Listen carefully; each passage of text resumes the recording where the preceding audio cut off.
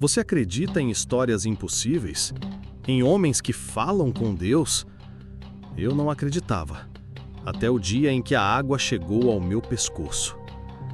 Meu nome é Eliabe. Eu morri afogado há milhares de anos. Antes de perecer, vi um homem construindo um navio gigante no meio do deserto. Durante 100 anos, zombei dele. Seu nome era Noé, e ele estava tentando salvar a minha vida. Esta é a história que eu deveria ter acreditado. Nos dias anteriores ao dilúvio, a terra estava corrompida diante de Deus. A violência se encheu sobre toda a terra.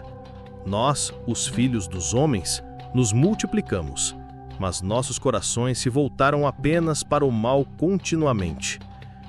Eu mesmo era parte dessa corrupção. Meus pensamentos eram de violência desde a manhã até a noite. Oprimia os mais fracos, roubava o que não me pertencia, mentia sem remorso. A ganância dominava meu coração. Como a maioria, eu pensava apenas em mim mesmo, nos meus prazeres carnais. Mas havia um homem diferente entre nós.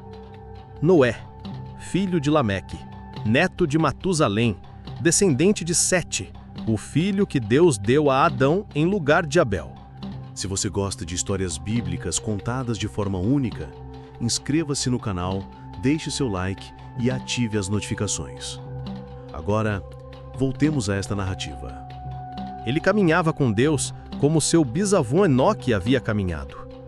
Era homem justo e reto em suas gerações, pertencente à linhagem dos que invocavam o nome do Senhor.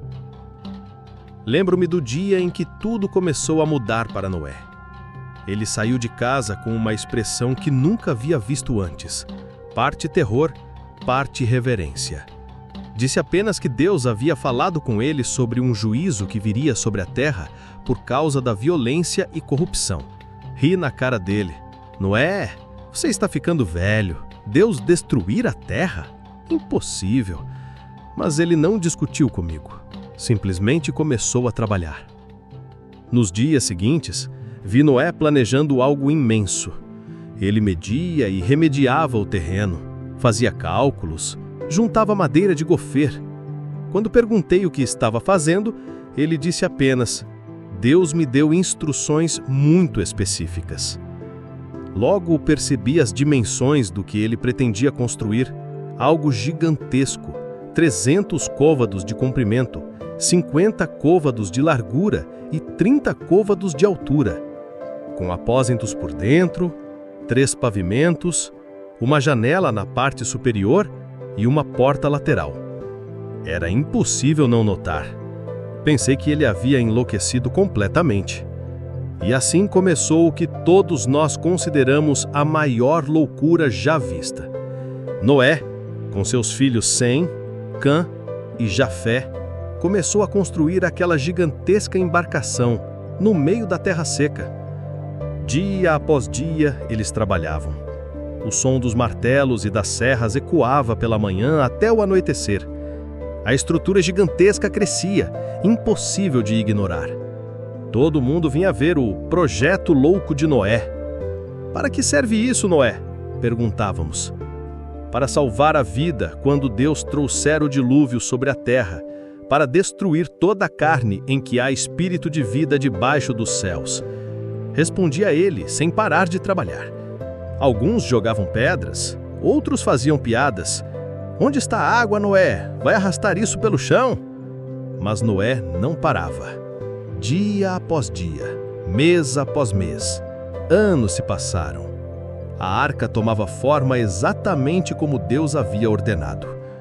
Ele pregava para nós também, avisando sobre o juízo vindouro, chamando-nos ao arrependimento.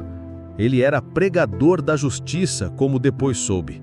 Mas ninguém escutava, ninguém cria.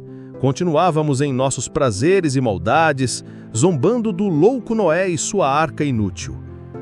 Então, algo extraordinário começou a acontecer.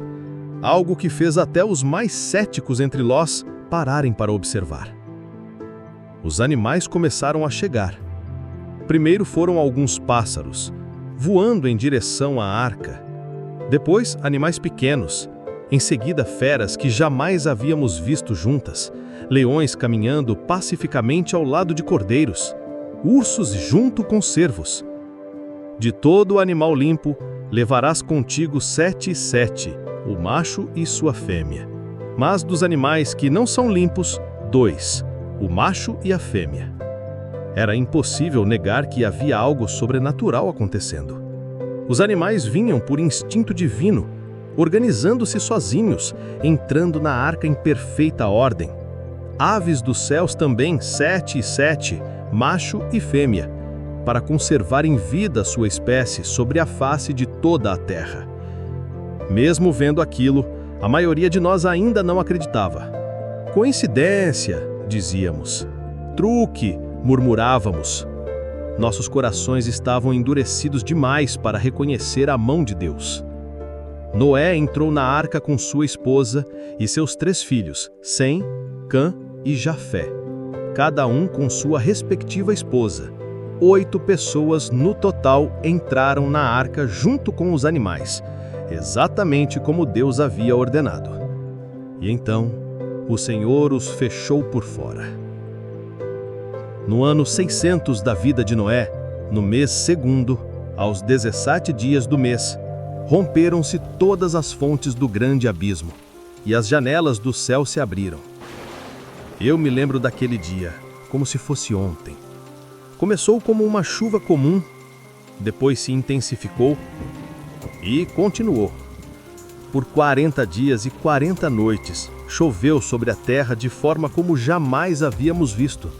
Não era apenas chuva, era como se o próprio céu estivesse caindo. As fontes do grande abismo se abriram também, fazendo a água brotar da própria terra. No início ainda zombávamos. Vai passar como toda chuva passa. Mas não parou. A água começou a cobrir as plantas, depois chegou aos nossos pés, aos nossos joelhos, à nossa cintura. Foi então que o pânico começou. As pessoas correram para as colinas, depois para as montanhas. Famílias inteiras se agarravam umas às outras, subindo cada vez mais alto, fugindo da água que subia implacavelmente. Lembro-me de olhar para a arca de Noé flutuando tranquilamente e pela primeira vez entendi. Ele estava certo. Deus havia falado com ele. E nós havíamos rejeitado nossa única chance de salvação. As águas cresceram e se multiplicaram muito sobre a terra. A arca andava sobre as águas. As águas se apoderaram fortemente sobre a terra e todos os altos montes que havia debaixo de todo o céu foram cobertos. 15 côvados acima os montes prevaleceram as águas e os montes foram cobertos. E toda a carne expirou que se movia sobre a terra, desde os homens até os animais, até os répteis e até as aves dos céus. Todos foram extintos da terra. Restou somente Noé e os que com ele estavam na arca. E eu morri com todos os outros. Minha vida se apagou nas águas do dilúvio, como castigo pela minha incredulidade e pelos meus pecados. As águas prevaleceram sobre a terra 150 dias. Então, Deus se lembrou de Noé e de todos os animais que estavam com ele na arca. Fez passar um vento sobre a terra e as águas se aquietaram. Cerraram-se as fontes do abismo e as janelas dos céus, e a chuva do céu se deteve. Pouco a pouco, as águas foram baixando. A arca repousou sobre os montes de Ararate, no 7º mês, no dia 17 do mês. Noé esperou, abriu a janela da arca e soltou um corvo, que saía de uma parte para outra, até que as águas se secaram de sobre a terra. Depois soltou uma pomba, para ver se as águas haviam minguado. Como a pomba não achou repouso para a planta do seu pé, voltou para ele na arca. Esperou ainda outros 7 dias e enviou a pomba fora da arca. À tarde ela voltou, trazendo no bico uma folha de oliveira.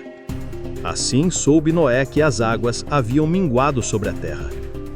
Mais 7 dias depois, enviou a pomba novamente, mas desta vez ela não voltou mais. No primeiro dia do primeiro mês do ano 601 de Noé, as águas se secaram de sobre a terra. Noé tirou a cobertura da arca e olhou, e eis que a face da terra estava seca. Então Deus falou a Noé: Sai da arca tu e tua esposa, teus filhos e as mulheres de teus filhos contigo. Todo o animal que está contigo, de toda a carne, de aves, de gado e de todo réptil que se arrasta sobre a terra, traze fora contigo. E eles saíram, todos os animais, todos os répteis, todas as aves, tudo o que se move sobre a terra, segundo suas famílias, saiu da arca. A primeira coisa que Noé fez ao sair da arca foi edificar um altar ao Senhor. Tomou de todo animal limpo e de toda ave limpa e ofereceu holocaustos sobre o altar. O Senhor cheirou o suave cheiro e disse: Não tornarei mais a amaldiçoar a terra por causa do homem, porque a imaginação do coração do homem é má desde a sua meninice.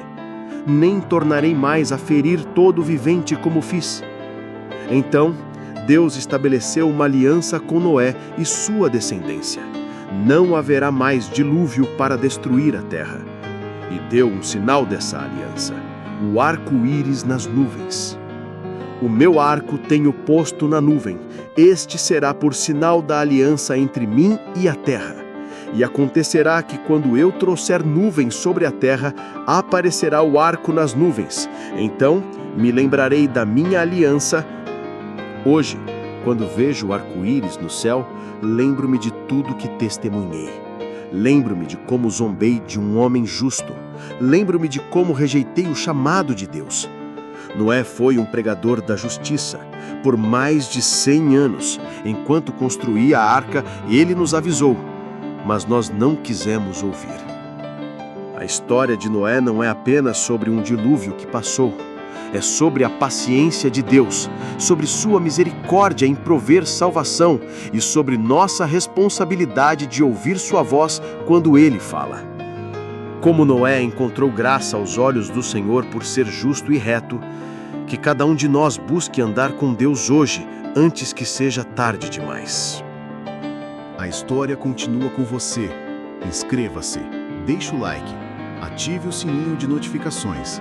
Compartilhe esse vídeo com outras pessoas e comente qual outra narrativa da Bíblia você gostaria que fosse narrada. Até o próximo vídeo.